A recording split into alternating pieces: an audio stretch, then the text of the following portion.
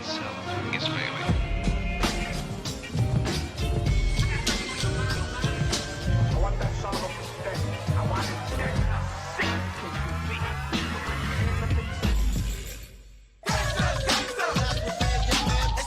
The gangster rap and misogynist lyrics that glorify violence and denigrate women is nothing more than pornographic smut. And now the attack is on rap. Negative rap is not all right. Negative rap is not all right. There is no such thing as gangster rap. Rap is rap, period. People trying to like put a stamp on, you know, the type of music that we do and try to put a hold on it. I'd say it's reality. If gangster is reality, I guess that's it. Gangster, it's cool. Gangster rap is opportunity for people in the ghetto who have nothing to do with themselves, such as ex-gang members, ex-drug dealers. All we doing is being reporters like Connie Chung and reporting what's going on. If I was a real gangster, I wouldn't be telling you what's going on, I'd just be doing it. I'm having a bad day, so stay out of my way. And with the pistol back and people say you better obey. With all the controversy surrounding so-called gangster rap and its alleged negative effect on America's youth, we asked 6 very different young music fans from around the country what they thought about the music and its message. Gangster rap is rap that depicts a lifestyle of crime and drugs and sex. I've never heard anybody use the term gangster rap except on the news. Basically, I think gangster rap is just hardcore beats with, you know, just dope lyrics on it, you know, just stressing a point of what people go through. But I think there are those rappers who don't draw the line between education and provoking violence. There's no such thing as gangster rap. Gangster rap is something somebody gave a name to. There's no definition for it. If someone was rapping gangster rap, it'd be kind of nice if they had some previous knowledge about it. Never let me slip, cause if I slip, then I'm slipping. But if I got my Nina, then you know I'm straight tripping. Is gangster rap determined by your dress, the songs you make, the album you make, the record company you're on, the town that you come from? These are all incredible variables that make it very hard for us to define what it is. Is Frank Sinatra a gangster singer? You know what I'm saying? Is Steven Seagal a gangster actor? I think what we have to do is define and understand what these messages are that are coming out of the music. If the messages are excessively violent and negative to society, then we need to talk about them and talk about them honestly. How did we get those messages? Really, it's a cry out because it's like genocide going on there. You're losing a whole generation of people that could help contribute not only to this country, to this world, and they're crying out about it through their music. There's such a difference now in terms of the attitude of rap music from the message to today. The message still implied hope. Don't push me, cause I'm close to the edge. I'm trying not to lose my head. It's like a jungle sometimes. It makes me wonder how I keep from going under. And that's just like 10 years ago, you know what I'm saying? So it's like the music has a message behind it. It's telling you, get it right. We ain't standing for this no more. Well, you know, 10 years, 12 years really later, with the absence of anybody paying attention to Melly Mel when he was saying, don't push me, we have kids who are saying, I don't care. You know, I'll buck you down, I'll do whatever I have to survive, because nobody cares about me, so why should I care about anybody else? Rat-tat-tat-tat-tat, came my tech from the bushes. I blast with no heart, cause I'm heartless and I tread. Poverty in America's inner cities has often led to crime, partly due to the lack of opportunities for the kids growing up there. But when in the early 80s the government dismantled many of the social programs that helped support these minority communities, the kids who made and listened to rap music were left with little else to do but hang out and seek support in gangs. Then, into this cultural and economic vacuum came the crack trade. So we start to hear now even more in the music, a different development, almost like despair. The crack cocaine trade brought with it a lot more money, more greed, and more violence, especially within the gangs. But in New York, hip-hop became an outlet for the youthful frustration that fueled gangs, such as Africa Bambaata's Zulu Nation. The greatness of Bambaataa was that he was able to transcend the energy that was involved in the gang scene and put it into this musical culture DJ scene that we now call hip-hop. So for the whole time since hip-hop was developed, you know, in the mid-70s, A lot of the kids who would have been in gangs actually wound up becoming rappers, DJs, dancers. Before we had people that was teaching in New York. You had the X-Clan. You had Public Enemy. You had KRS, and who was putting pictures that was waking up people. Then this whole thing came from the West Coast, which I'm sorry to say was negativity. That's right. Those are still my brothers, but they was teaching negativity. New York rappers do a freestyle. They rap about lots of different topics, and it's fun. But all my records always have guns and drugs and criminal slang versus rap slang. So that's what I call it, the G style, the gangster style of rap. Got a knot in my pocket when we ran. Gold on my neck, my pistol's close in hand. 6 in the morning, police at my door. That's accredited to be the first gangster rhyme. You had everybody from New York rapping about my Adidas and my chain, this and South Bronx and everything. I wanted to put my city on the map. I'm from Compton. I know about Compton. This is what I've been through. This is what I want to rap about. So we formed NWA. Straight out of Compton, crazy motherfucker named Ice Cube. From the gang called niggas with attitudes. When I'm called off, I got a sawed off. Squeeze the trigger and bodies are hauled off. From the success of NWA in that region, we also started to see rappers represent their own regions. 2 Live Crew represented the bawdiness of Miami with the bass sound. Ghetto Boys represented the blues influence, rough life in the different wards of Houston. The only problem is that there were intense problems going on in these neighborhoods at the same time, so it becomes a very heavy mix of music and also the neighborhood politics. And welcome to the ghetto.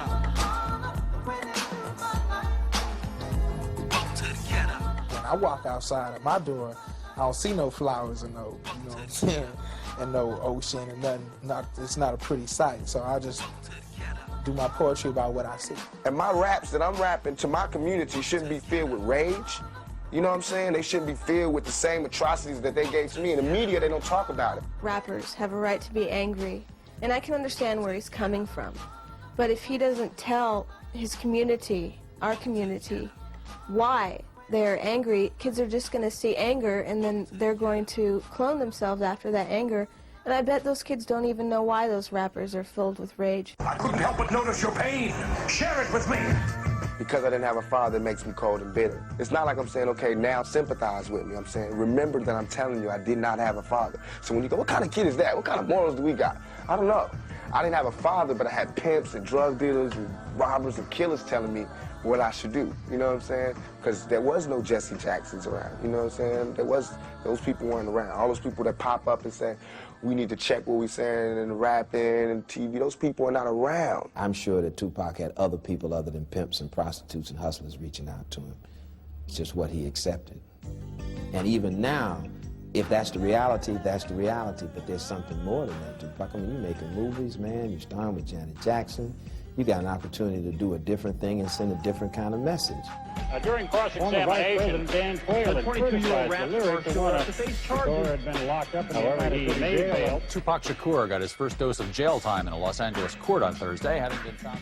Why I gotta talk about guns? What makes me the representative for guns? When did I ever say I was a gangster rapper? You know what I'm saying? I'm a thug. I think he has split personalities. He just that he's crazy. I rap about the oppressed taken back. One day I'm gonna bust, blow up on this society. Why did you lie to me? I couldn't find a trace of equality. What do you think of Tupac? Rebel. First thing come to mind, I think Tupac's a rebel. When I think about Tupac, it's kind of funny because I hear a song about how you should protect our women. I see he's getting like charged for sexual harassment or something like this. It's kind of like contradicting himself. I gotta get mine, you gotta get yours. Do you feel in any way by having a 40, having a gun and a blunt, if that's glorifying the use of that to children? It might. I thought about that, you know. I thought about how much that, you know, the 40s and all of that, and I was kind of against it before, but... My homie Breed knew the time, whether it's crime or crime, I gotta get mine. Whatever I wrote was honest. It might not have been positive, You know what I'm saying? It might not have been politically correct, but I've reached somebody. You know what I'm saying? That they relating to me. They relating to the brutal honesty in the rap. It's all good. Money on my mind. Hand on my nine. To little kids that might be influenced by him drinking the 40, that's kind of negative, you know, because they little. I don't want my son coming up, you know, looking at Tupac drinking a 40, thinking when he get 10, he can just go out and get him a 40. You know what I'm talking about? We just gotta be there for our young ones. You know, just tell them about, you know, hey, this right here ain't good. This is what he doing. That's his life. You ain't gotta be like him.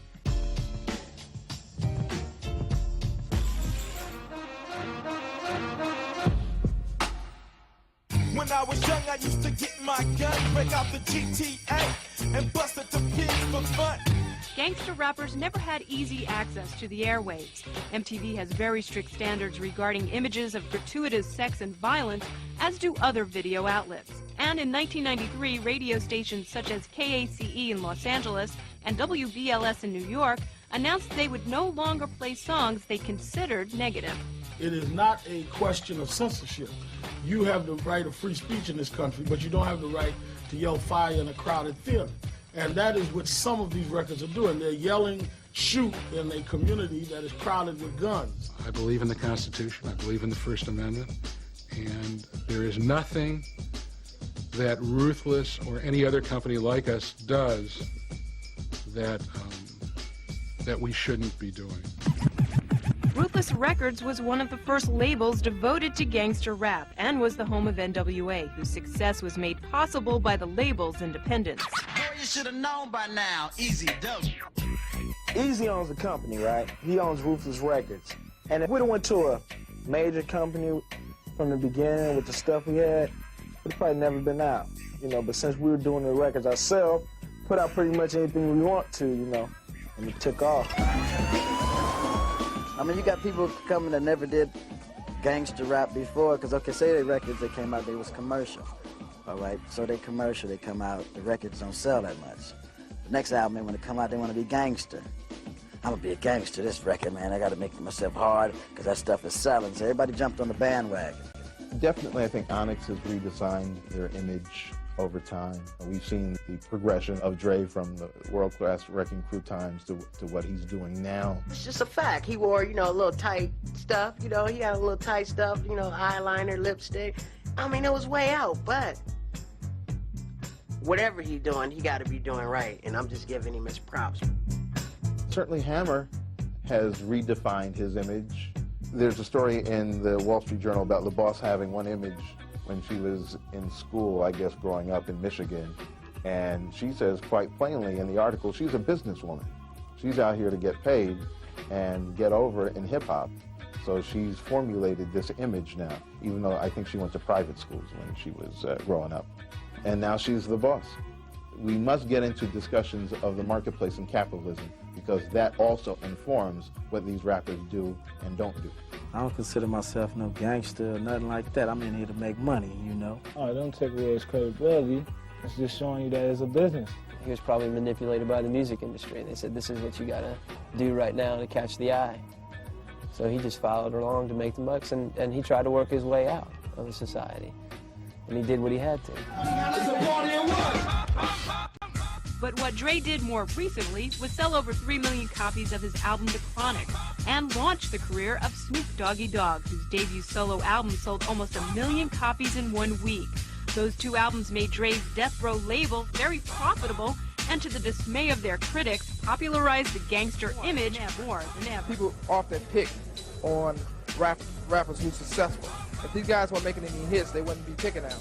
Reverend Calvin Butts, Dionne Warwick, and different people talking about stopping the type of music that I do, and the only thing they're trying to do is take away jobs. You know, this is our job. Money is the problem to a large degree. And if you use money to justify what you're doing, you're just like the white man that sold you into slavery in the first place. Money cannot be the justification or the determining factor of whether what we do is right or wrong. I need a gangster bitch. Another controversial aspect of the gangster formula is blatantly sexist lyrics, often referring to women as bitches and hoes.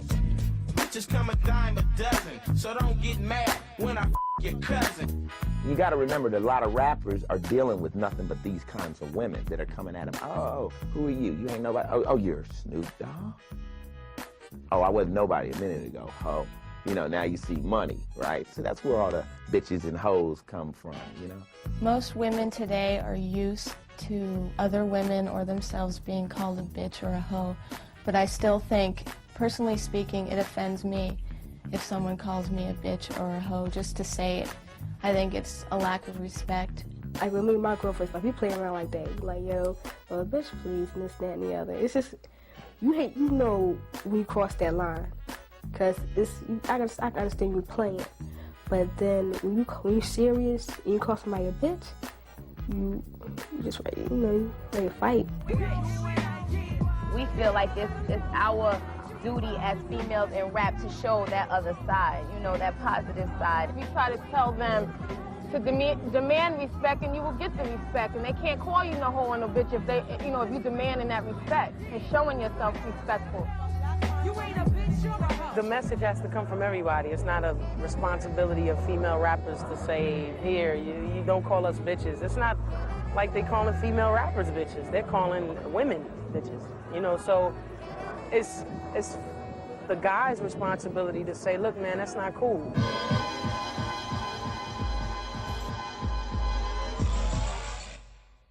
Snoop Doggy, Doo-Doo, Doggy, whatever his name is.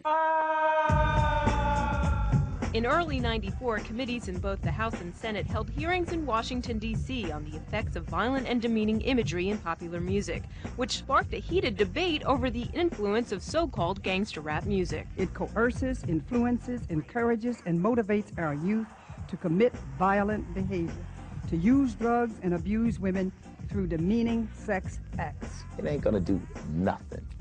Just might make a few white kids talk crazy. And that's good. Like I said, niggas can't with this, and niggas can't with that. Are you ready to order? When I leave work, I'm really hyper because I'm glad that I'm done with my shift and I don't have to deal with the pressures of being perfect on the job. I just put on some Snoop Dogg or Ice Cube, Dr. Dre, and just magnify that mood that I'm in because I'm not ready to go to bed when I get off work. I just want to have some fun. It's like that, and as a matter of fact, cause I never hesitate to put a food on his back. Do you think that gangster rap is promoting or contributing to the violent crimes committed by today's youth? I don't know. The answer is, it depends on what the end of the song is. I mean, what is the purpose of it? Is it to make people understand and empathize with and try to do something about these terrible problems?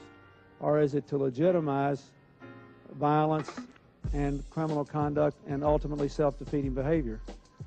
And for me to answer your question, I'd have to know the answer to that, and I just don't know enough to answer it. I don't think that rap music is the cause of violence. America is a violent place, and I think there are a lot of influences, on violence in this country. And we have to look at some of the root causes of anger and despair. Took them all out, but I caught one in the stomach. While there's still no conclusive proof connecting violent behavior with violent rap lyrics, a person's age, race, class, and environment all play a very important role in how these songs are perceived. This area right now, I've never seen any guns or anything like that. In my backyard, probably the worst thing that goes on is probably like some squirrels fighting or whatever. When they talk about the ghetto, I can relate to that too. Because it's like every other night, it was like, all you heard was gunshots around my way. When I hear all these things like this, it's kind of hard for me to relate to. I think about it, and it just comes down to I basically enjoy listening to them for the beats, and they're really talented. I can relate to it, but that doesn't mean I want to hear it every day or like buy it. Now they dropping and yelling, it's a tad bit late. Nate Dogg and Warren G had to regulate. I don't think it portrays a very good lifestyle to the young people who listen to it, especially people in the inner cities that face these problems every day. The other day, boy got shot 18 times in the head. I mean, it happens. It's glorifying what they see every day. It's not glorifying violence, it's telling it like it is. Simple.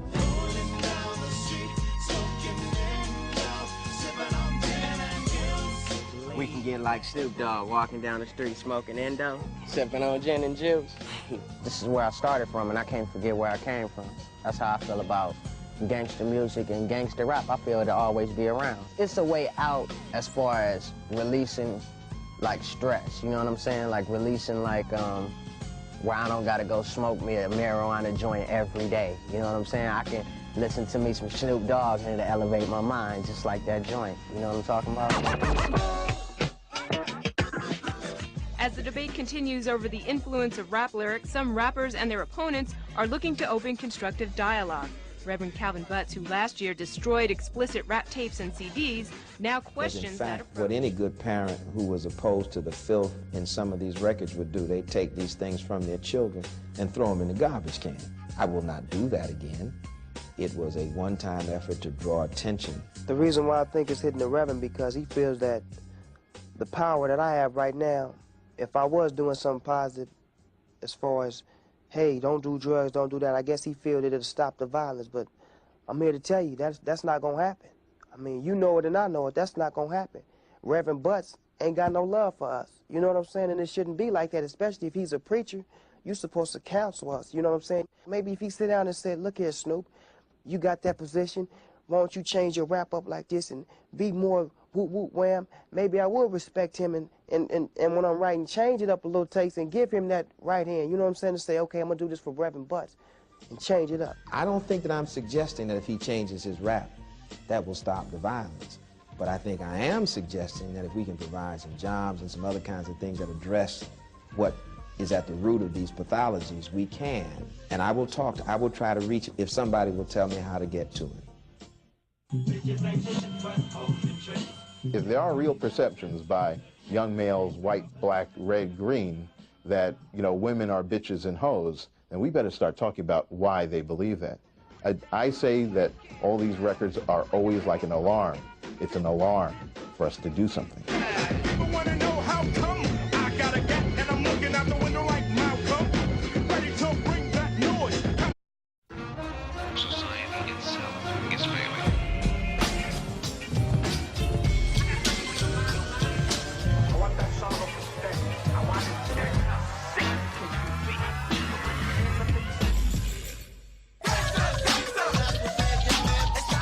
Gangster rap and misogynist lyrics that glorify violence and denigrate women is nothing more than pornographic smut.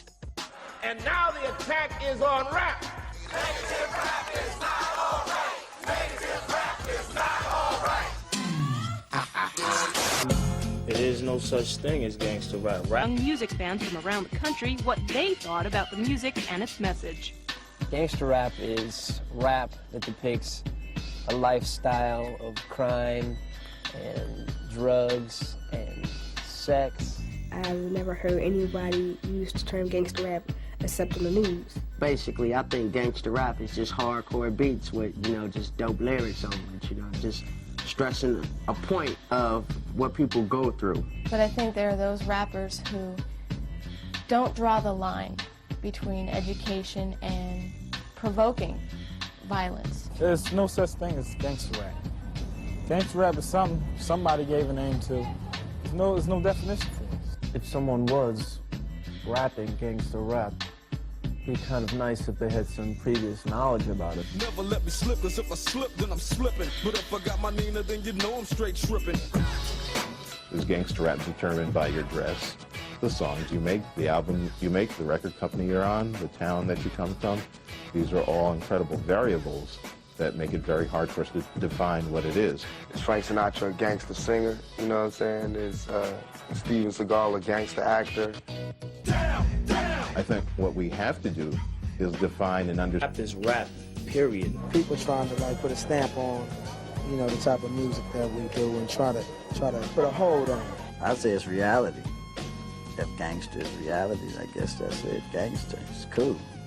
Gangster rap is opportunity for people in the ghetto who have nothing to do with themselves, such as ex-gang members, ex-drug dealers. All we doing is being reporters like Connie Chung and reporting what's going on. If I was a real gangster, I wouldn't be telling you what's going on, I'd just be doing it. I'm having a bad day, so stay out of my way. And with the pistol back and people say you better obey.